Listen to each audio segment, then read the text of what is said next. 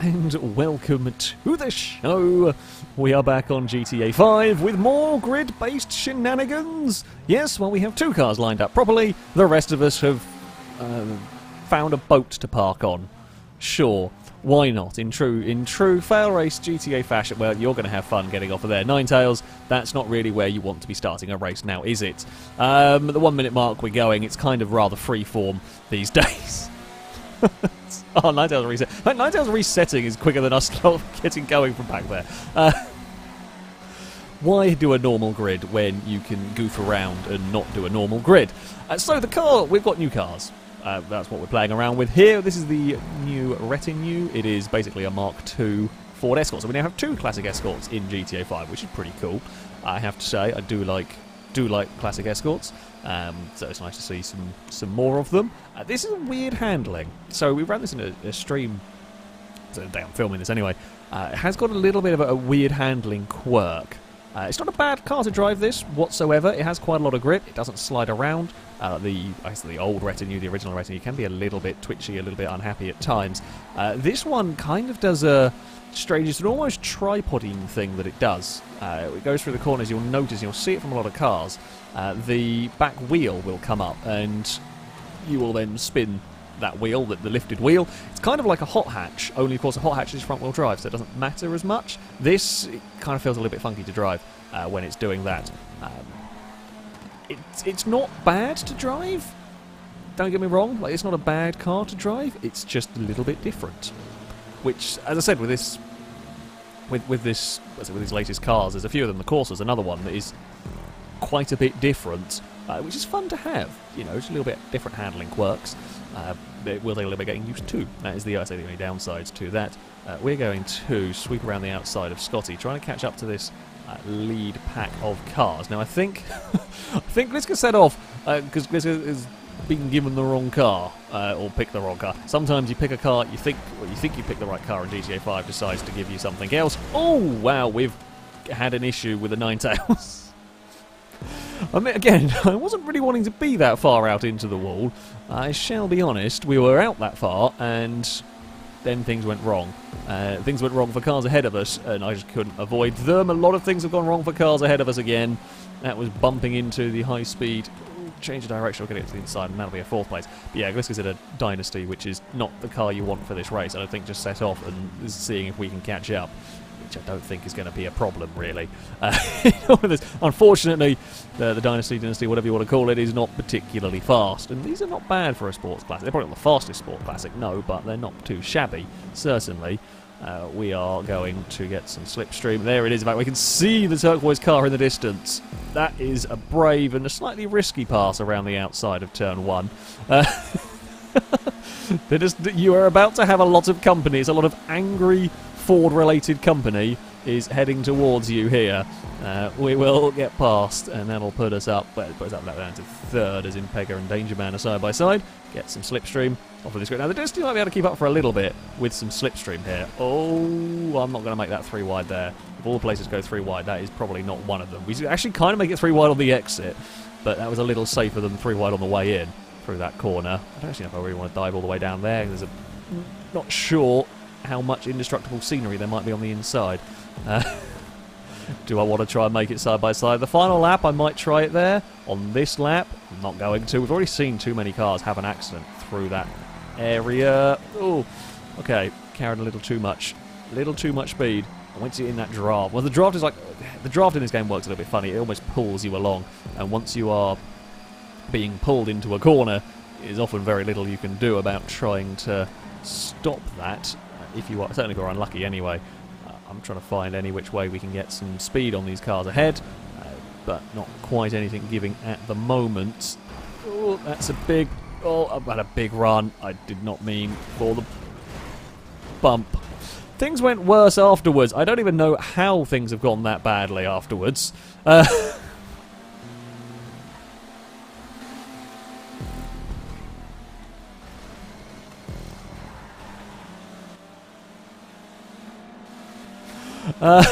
Well, that's that. I think it was just a chain reaction crash went on through there. Less than ideal. Yeah, me and Dangerboy were trying to get out of the way of each other, and that meant we just ended up hip-swapping sides until we bumped into one another. Not ideal. Not ideal at all. That's a 3 wide, and that's why I didn't go 3 wide earlier. That's the danger with going 3 wide. Might get us up to 6th here if we can hold the line through this corner, which we cannot quite. You've got a really good run on the exit there. Doesn't want to make it side by side through the chicane. Oh, Foxy got in trouble on that exit bit. Now we're going to have to fend off from Crow for a little while. I mean, there's kind of 2 races going on. This is race 2 being fought for back here, and that's race 1 up there. This is the actual lead of the race. We're fighting over the not lead of the race. Though it's going to be quite busy for the not lead of the race. I'm in a little bit of no man's land. Sadly, not enough time to go chasing after the lead pack unless there's a miracle. Unlikely. I was going to say, as I get the laps, I mean, not entirely impossible if I get everything right, especially if the lead pack get distracted fighting one another. Not in time. If they do that, I can see 4 wide for the lead. Yes, more of that. Let me, Scotty and Blakey catch up, and then we can maybe be involved on the final lap. As a tall order. This track, it won't be the catch-up won't be the least effective around here. There are some decent length straights, quite a few of them in fact. So yeah, catch-up will be mildly effective. Just so, yeah, it should get us a little closer. I think we're going to end up getting close, but not quite close enough. We'll have to see, using all the sneaky curbs we can. Is Scotty going to pass Blakey? No, Team Orange will hold 5th and 6th for now. Through the chicane we go. It's getting, I mean, we're getting a lot closer. If we can get it right down here, 3 of us, 5th, 6th and 7th, if we can work together well here, we might be able to draft up to the back of that group. Are they close enough behind? Possibly. It does seem pretty good. Just sit in the middle, let them do their thing.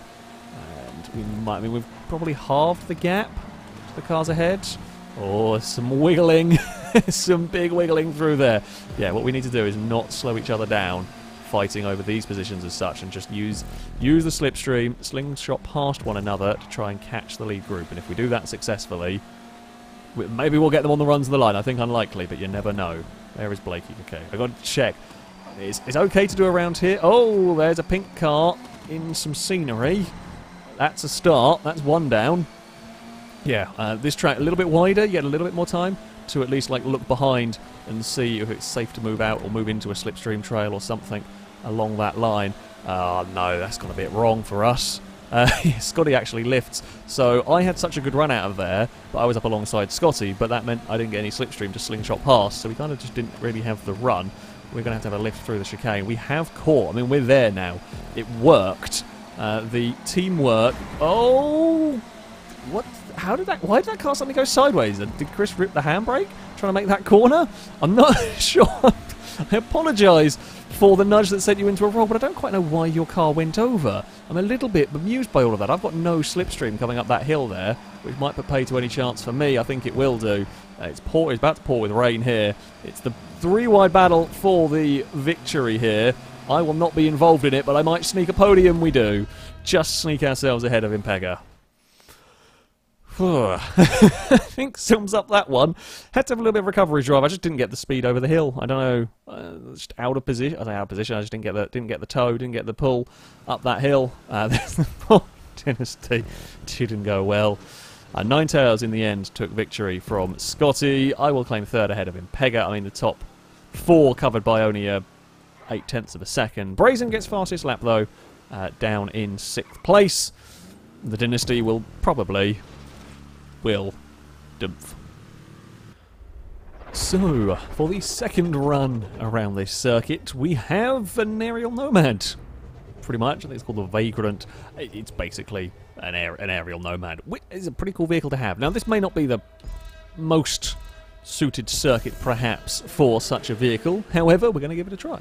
What good is an off-road vehicle if we can't race it around a street circuit? I mean, that is the FailRacey thing to do. To be honest, we should have been racing. Ooh, hello. Okay, news. We've learned about the car within 2 corners is bump drafting bad.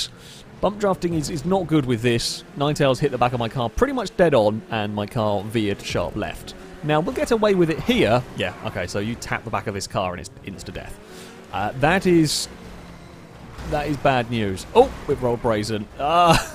It's tumbly mayhem time. It would seem. Oh no, no, Scotty, no! It's all gone wrong. It's all gone really wrong. Yeah. So these don't deal with collision. I mean, they are open wheel, they are off road, sure, but still, they don't deal with collisions. I mean, they deal with them really wonky and badly, and just don't hit any. Don't even think about brushing lightly into the side of something because it will then crash. Sure, you don't want to be intentionally nudging into people. Oh God, I'm really sorry, Stevie. Did you get out of that? You did. Thank God for that.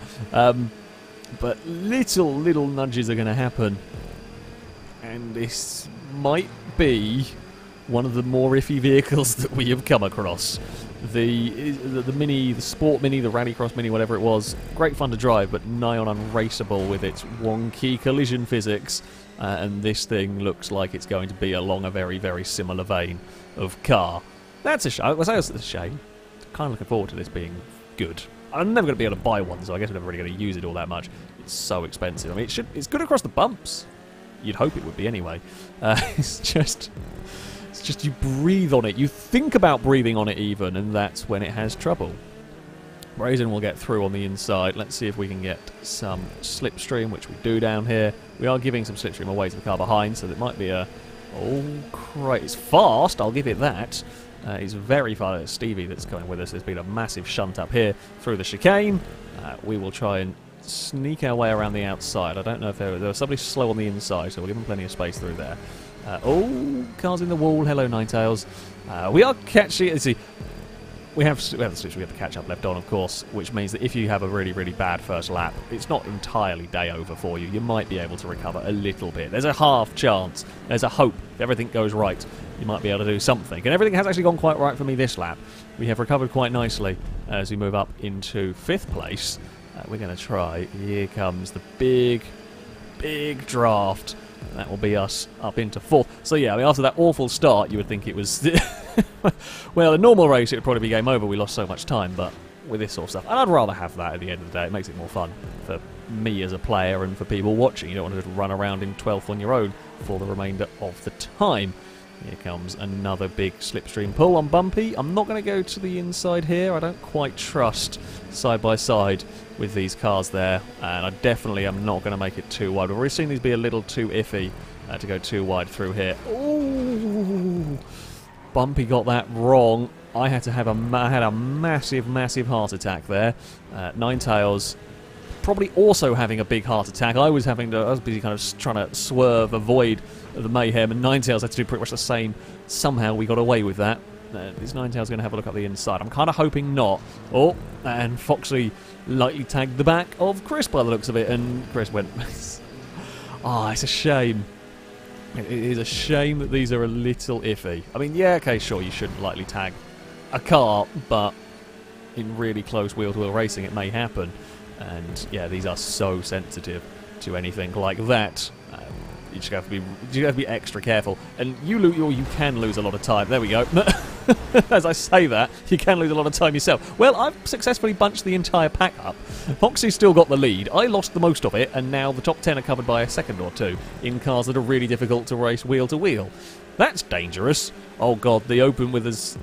So in case you haven't seen, there are some Formula 1 cars basically coming to the game. One quite classic Formula 1, there's like 70s sort of Formula 1 car, one more modern. I shudder to think what the physics are going to be like with them. I'm going to guess the answer is wonky, wobbly. Why was somebody climbing the wall? I don't know. Oh, hello. Yeah, I have a feeling that might be interesting fun times. Of course, we will inevitably go racing with them when the time comes. But, yeah, these are not filling me with confidence, I shall be honest. I'm certainly not going to spend the, 1.5 million would probably be what it costs to buy one of these for online normal. I don't know where to go. Just pick a route, pick the route of least resistance and hope for the best. Oh God, around the outside of somebody is... It's now doubly sketchy, because not only might they make a mistake, which, you know, happens with racing, but if they do make a mistake, it's probably going to murder you, even if it's the tiniest little mistake. Oh. Had a really big dive there. I didn't even really mean for that dive to go on. I'm thankful that the car was in third, ran wide on its own. I think it was Longbow actually gave me plenty of space, realising the danger. Yeah, no one wants to go too wide through here. Everybody is sensible, which is nice. And certainly everyone has been sensible up at the sharper end of the field. Oh, that's a fun little bit of lag. I do apologise, Chris. I don't really know who. Don't really say who's at fault there. Not much can be done with that. I turn into the corner and sudden teleporting car. I mean, what can you do against such ridiculous lagging? We're going to have a big run, but nothing's going to be working with that one particularly through there. That's fine. How many laps have we got to go? One more to go. We are quite a long way back for a battle for the lead, although anything can happen with these vehicles. Steely's lost the back end. I was mega brave through all of that, and I make it stick. Crow's coming with me with that slipstream. Longbow's going to go to the inside as well down here. That could be a problem. We'll give some space in case anybody did go up the inside. Thankfully no one did. We both brushed the wall. Come on, come on, come on, come on, come on. Let's go, let's go, let's go. We can make this back up. We've got to get back up to this lead 3, and we won't have much time if we can't get them. We need to be up to the back of them by the chicane, I think. If I can get there, that would be wonderful. Yeah, we can do it, actually. Foxy ran wide and brushed the wall. I really don't want to be too wide through here. Oh, Crow was on a really wonky line. Thankfully, we were all careful and we gave each other enough space. Damn it. I was fully committed to that corner, and I think Foxy just tagged the back of a car ahead and was suddenly really slow. And, yeah, once that's happened, you're kind of done for. Oh, we'd worked so hard to get up to there. We had made it to the group, but it was not quite enough. It's not quite enough at all. We're going to duck down to the inside, try and limit any slipstream opportunities. I think we finish ahead of Ninetales. Not sure about them. Not sure about them. Really cool vehicle. I like that it's in the game. Probably fun to bash around off-road with. Actual racing? Little bit weird. Little bit weird. Little bit wonky collisions. Bit of a shame. Very fast. Put those two together and things get really sketchy really quickly. Brazen gets fastest lap in the end. Yeah, interesting vehicles, that is for sure. Well, there we go. That's a couple more of the new vehicles in GTA 5. Thank you all very much for watching. Of course, big thank you to Brazen for building this wonderful little circuit. That shall be it, though, for today. Until next time, goodbye.